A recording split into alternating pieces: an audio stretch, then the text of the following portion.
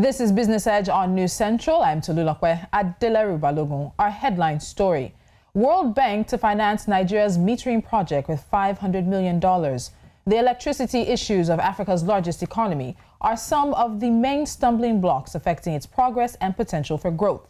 Many past governments have tried or embarked on reforms, yet the situation has not really improved. This is our focus today. Welcome. This is Business Edge.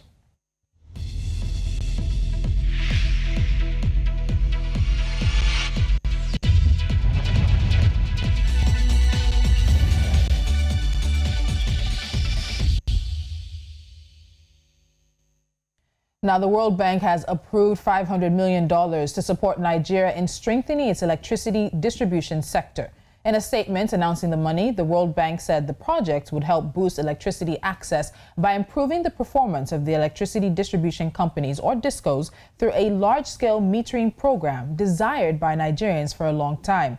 In addition, financial support would be provided to private distribution companies only on achievement of results in terms of access connections, improved financial management, and network expansion. The bank added that the scheme, which is the Nigeria Distribution Sector Recovery Program, will help improve service quality as well as the financial and technical performance of distribution companies. This program will be done by providing financing based on performance and reduction of losses. However, the bank's project leader pointed out that it will only be eligible to DISCOs that transparently declare their performance reports publicly, with actual flow of funds based on strict verification of achieved performance targets by an independent third party. Ahmad Zakari, a special advisor to the president on infrastructure, noted that the money will go a long way in counting towards funds being raised for investment in the distribution sector. He said this signals confidence in our reforms and is part of more than $3 billion in accelerated financing for the sector over the next 2 years, which includes the National Mass Metering Program, Siemens PPI, and critical network capex investments being facilitated by the Central Bank of Nigeria. Zakari added that DISCOs that fail to comply with the regulations will lose their licenses. Now, joining me on Business Edge is Dr.Chukwueloka Umeh, who's the Group Chief Operating Officer at Nest Oil Group. One of the companies under the group is the Century Power Generation Company. Now, CPG was set up for the primary purpose of generating electricity at utility scale in support of Nigeria's government efforts to privatize the sector. Dr. Chukwueloka, thank you so much for joining me on Business Edge. Thank you for having me, Tolu. So let's get straight to one of the many issues. Funding doesn't seem to have been an issue with the electricity sector in Nigeria. Money is there. Some would even say money has been thrown there and it has been wasted. Expertise is not the sector's issue. We've seen people coming in from abroad. We've seen local expertise as well. But at the end of the day, the sector still has not given Nigerians electricity. It has still not adequately powered Nigeria's economy. What's the real issue going on? You know, at the risk of sounding like a broken record, because I've said this many times and some other people have said the same thing, just like you rightly pointed out, money is not the issue. And this is not rocket science. And if it's rocket science, it's okay. There's some rocket scientists that have tried to help in We can sector. hire them. I'm a rocket scientist by training. Anyway, I like that. You know, but the real issue is this. You know, first of all, we are not looking at electricity as a basic amenity that's not supposed to be provided by the government. Okay. It's supposed to be provided by private sector, so they can actually do it like a business. Now, if you look at the telecoms industry, it's an amenity that's provided by private companies, and every part of that value chain is run by private companies. The government steps in to create regulation and framework and to show a framework that allows business and investment to be made. That's what's lacking in the power industry. And now, the value chain of the power industry that we continue to speak of, and I'm going to stay only on thermal generation. I'm not going to talk about hydro because it's really straightforward. The value chain from gas production, gas transportation, to power generation, the GENCOs, and then to transmission, and finally to the distribution companies and then collecting money is all broken. If you send a child to school, if the child doesn't get a proper primary education, when they get to secondary school, they're going to struggle. Yes. By the time they get to university, they may fail and flunk out of school because they don't have the right foundation. Where they failed versus where it went wrong. And that's the problem. So it starts at the origin. First of all, we need to create the right environment for investment. What do I mean by that? We need to have regulations that allow an organic market to grow. Let me pause you there. So you talk about power, electricity being an amenity that customers decide to use and then pay for. Right. But when I've had these conversations before, I think the average Nigerian does not actually understand the true cost of electricity. So that's my next question. What is the real cost? When it comes to the issues of increasing the tariff, Nigerians will go up in arms because they feel like for what they're getting, what they're paying is not the same thing. But many people in the sector have said Nigerians are actually not paying the true cost of electricity. So let's deal with that. And I don't blame Nigerians for saying that. I mean, you don't have people paying, for example, 26 naira per kilowatt hour, and all of a sudden they're paying 50 naira per kilowatt hour, almost double the price. Yeah. People are going to shout. I shout because my own bills in my home have gone from about 90,000 naira to about 186,000. In December, I wasn't even home for half of the month, and my bill was 260,000 naira. Who's using it? But the real cost of electricity, and again, it takes us back to the value chain. How much are Gencos paying for gas? Are they actually paying for the gas? Okay. They're not really paying, right? They're supposed to pay, but they're not really paying. And then the Gencos are not really getting paid. The government has spent about $3 billion over the past 3 years subsidizing this industry, giving money to discos for monies that they're supposed to collect that they don't actually collect. So people are paying part of what they're really supposed to pay for the power they get. In some cases, unfortunately, they don't get the power. So you hear Nigerians say that they're paying for darkness. Unfortunately, that's the reality. But again, there's a chicken and egg situation here. Yeah. If you don't pay the right price for the product, the person producing and supplying the product to you cannot continue to do this profitably. Yeah. If they're not doing this profitably, they're going to start looking for other ways to get their money. So you talk about subsidies, you talk about estimated billing. That's coming up. And it's like a bad word. Yeah. It really should be a bad word. But think about this, Tolu. Electricity, you should take it for granted. If you plug in your utility, I should expect you should get power, Yes. and it should be high quality power.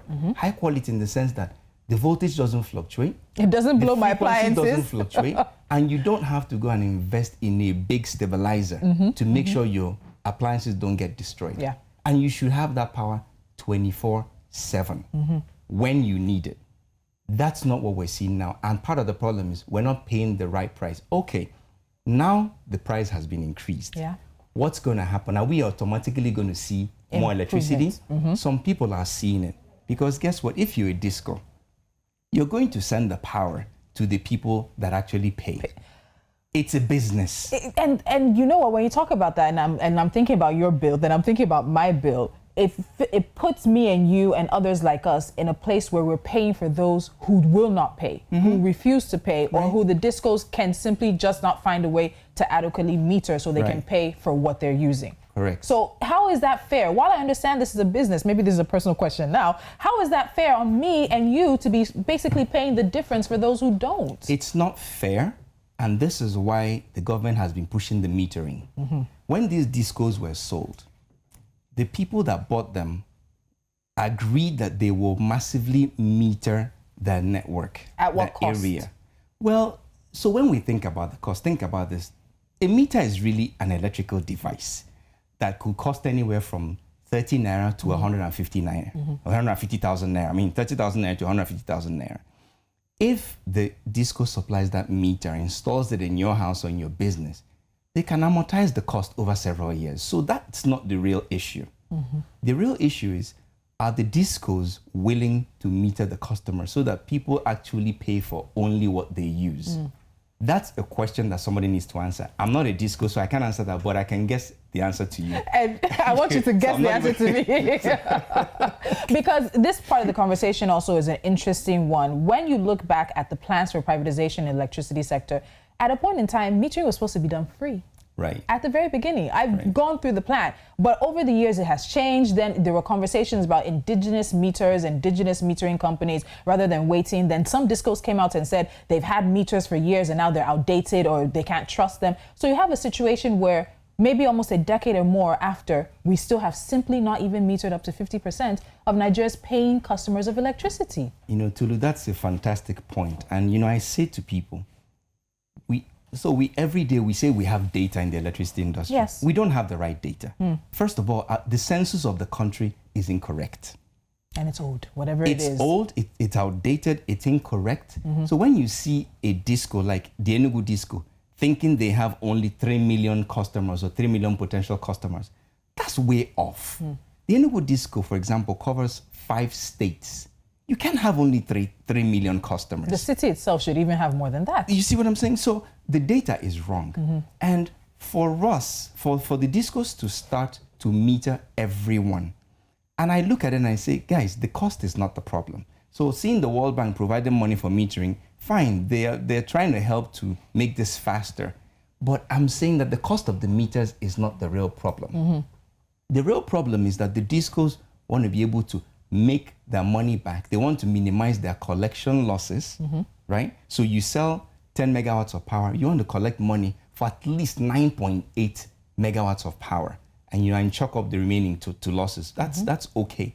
But you don't want to sell 10 megawatts of power and you're only collecting money for 5 megawatts. Someone's going to pay for the difference. And guess what that money comes from? It comes from the subsidies that the government puts out. And that's why we still keep talking about potential subsidies. That's why we keep talking about bailouts of the industry. That's why we are not having conversations about the cost of a meter. In other countries outside Nigeria, even some African countries, people don't talk about the cost of a meter.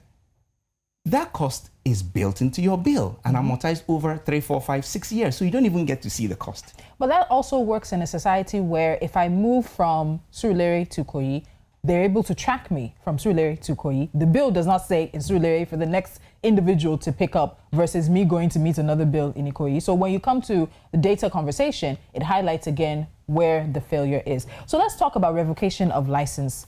Many people are upset with those who have collected the licenses. After all these years, they don't feel that progress has been made. Now we're hearing threats to revoke licenses if the metering companies, if the disco companies are not transparent, if they don't perform as they should. Why? Okay, let's first start with this. Do you think that this revocation of licenses will happen? No. I honestly don't think it's going to happen. And, if I was the Minister of Power... So why threaten? Well, I mean... I don't know, I can't speak for them. If you're not going to follow through, it's like a parent and child. If you're not going to follow through, why then threaten? Right. I mean, that's a very good question to ask. But if I was the person in charge, I wouldn't even make the threat because I know I'm not going to carry it out. And the reason I won't carry it out is before I find someone to buy that disco, there's a process you have to go through. I mean, you have to go through a transparent process. It's going to take you time. Yeah. I would rather work with the discos to fix their problem. I will rather work with the entire value chain to fix the problem. And the problems are known. I mean, we've paid many consultants in this country. We spend hundreds of millions of dollars for consultants to come and analyze the system and tell us what the problems are. So without revoking these licenses, there are other ways you can compel the discos to do the right thing. Okay, let's list some of those ways. Okay, to start with, I mean, there are things that were stipulated at the beginning when these companies were sold that you must meet. If you don't meet them, there were penalties that were supposed to be put on these companies. Those haven't really been done. What we are seeing now is what? Bailout, subsidy. And threats. And threats. You're rewarding bad behavior. Yeah. And unfortunately, each disco is probably 60% owned by a private company and 40% still owned by the government. Government has not completely what are we really off. doing? If you really want to hold someone accountable for delivering a service, privatize the whole thing. Put it 100% in the hand of the private company or companies and then hold them accountable. Because if you don't do that, guess what? When things go wrong, they're going to turn around and point the finger at you. You didn't do your part, so why are you holding me? Well, I'm not government, even though he's pointing the finger at me. We're going to take a quick break because one of those fingers actually points to the national grid that the discos actually don't control. And Nigeria's national grid has collapsed numerous times. What is the issue there? And then we get into solutions. You cannot have a conversation about Nigeria's electricity sector without putting forward solutions. The conversation continues right after this.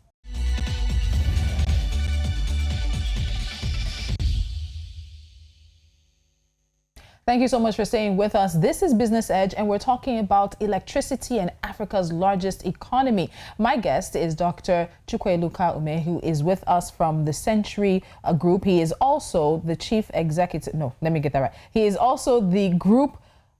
It's going here. The Group Chief Operating Officer at Nest Oil, and one of the companies under the Nest Oil Group is the Century Power Generation, and they are, of course, working in Nigeria's electricity sector. So we've talked about the discos, we've talked about privatization in some way, we've talked about the true cost of electricity as it may be, but we were also talking about government's role. With government still owning a considerable chunk of many of these companies that it was meant to privatize, used to privatize the sector, how much fault would you put in the hands of governments? Because if we look at the national grid collapses almost once a week. There's partial collapse, there's full collapse. There are times that the whole country is in blackouts because of this, and that is solely in the hands of government to deal with. So what responsibility does government bear for the fact that Nigeria still does not have quality, steady, 24-hour electricity?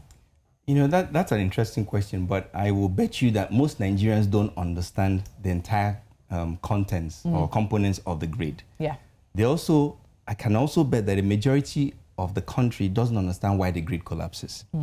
Without you understanding the load, and the load in this case are your off-takers, and having a firm hold on how that power, how electricity gets to the load, and also having a strong hold on the generation, you're going to continue to have collapses. Because let me tell you what happens. I'm sending power to a load. If there's a fault in the load, it triggers the generator to say, you are providing more power than I can take. And guess what? To protect itself, the generator trips off. Or if you have a break in one of the transmission lines, meaning that you're not sending power to this place, again, there's an overload on this generation, that generation, they start to trip. One trips off, the other one trips off, because now they're being asked to supply more power than they can actually create. It's a chain reaction, and they all start shutting down one by one, and then you have a complete grid collapse. In a working system, the system operator, that's the person that says how much power goes to each load center or to each disco, is able to, in real time, say this amount of power should go here because these guys are demanding less, or this amount of power should go here now because these guys are demanding more. And it happens in real time. You can't do that if you don't really understand your load centers, how much they're demanding, what the cycles are. Because guess what? During the day, more power is demanded because why? People are in their offices, lights are running, factories are running, ACs are all running. So that's when you have your peak demand. In the evening time, people go home, some companies shut down, so power demand goes down. In some areas. Right, in some areas. So this is cyclical. And then if we know what we're doing, there's some loads you should only have running in the night. For example, irrigation, if you're going to do irrigation, it should run in the night. Because otherwise the sun will dry everything up. But even beyond that, that's when you have your least demand of power. So power should go to them. And then we should have different kinds of GENCOs. The base load, the peak machines, and so on, and some providing balancing. You're saying we should. For someone in the sector, are you telling me that we don't? The technological capabilities, the updated infrastructure, do we have these capabilities now? Right now, we don't. In 21st century. Unfortunately, we don't. We're slowly getting there. Some of the communication devices we use, they call it SCADA. They're not updated. These devices are supposed to communicate in real time. So the system operator has good information. And guess what? System operator is run by who? The government. So for us to do this right, these meters that are being sent out to people now should be smart meters. We should be now investing in a smart grid so that in real time, there's good information flow. It's simply like, imagine in an airport, a very busy airport, say, for example, Heathrow, right? You have airplanes landing, taking off simultaneously. And the control tower is the one scheduling who takes off, who lands, so there are no crashes. It's the same level of finesse or even more that's needed in the electricity sector. And for you to do this, you need people that understand. We have a lot of smart people in the sector. Yes, we do. But they don't really have the tools that they need. Or do they have the power to do what they need? And that is the problem. All right, so you've said two things. We know, and one of them is one, we know the problems. We have the expertise, we have the people who come in and tell us what the problems are. You've also said that it's not rocket science, even if you are a rocket scientist. So now, solutions, what are they? First of all, I say we need to look at electricity as a commodity.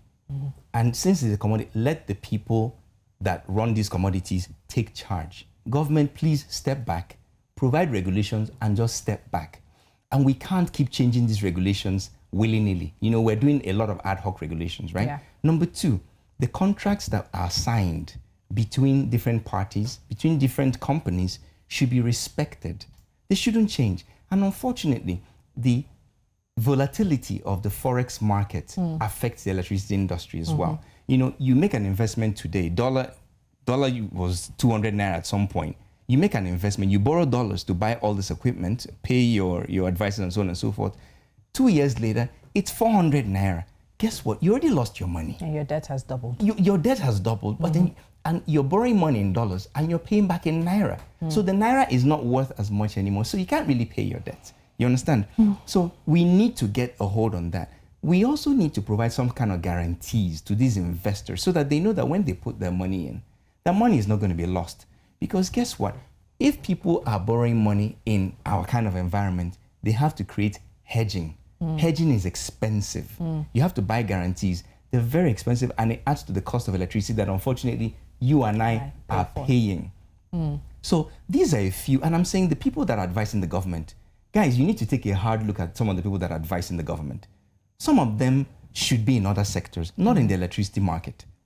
Unfortunately, there are people that know about the sector and they are not in the seat to give the government the right advice. Or the government is not looking for them. Both. So you need to have the right people. You need to put square pegs in square holes and round pegs in round holes. Okay, I have to stop here, and I feel like we're just getting to a point where we're scratching the surface, because if you are Nigerian and you're watching, you know the pain when you come home sometimes and there's no lights and you have to go and queue for fuel, or it's just a massive issue. And years down the line, Africa's largest economy still has not successfully powered her economy nor powered the homes of Nigerians. I have to say a very big thank you to my guest, Dr. Chukwueloka Umeh, for joining me. We'll definitely have you back and also be looking into more issues surrounding Nigeria's electricity sector. Now let's quickly run you through NC4 to watch a few stories we're keeping our eyes on. We start in the southern part of the continent, where South Africans, it's another electricity conversation, can expect more load shedding. And this will continue until at least the end of August 2020. Moving on from there, following the directive of the Central Bank of Nigeria to halt cryptocurrency trading, as well as the closing of accounts linked to crypto, digital money traders have commenced offline operations outside of approved exchange platforms. Then the World Bank has extended a 6.9 billion Kenyan shillings grant to the Ministry of Water, Sanitation and Irrigation in the country to implement a conditional liquidity support grant program in order to provide short-term liquidity support to water service providers. And finally, the Kenya Revenue Authority's revenue intake for January topped its target by 102.6%, collecting 142 billion Kenyan shillings against 138 billion. And that's it on this edition of Business Edge. Don't forget to follow us on social media. We are at News Central TV. Head to our website, download our mobile app, and watch us live on StarTimes channel 274. Until next time, I'm Dr.Chukwueloka Balogun.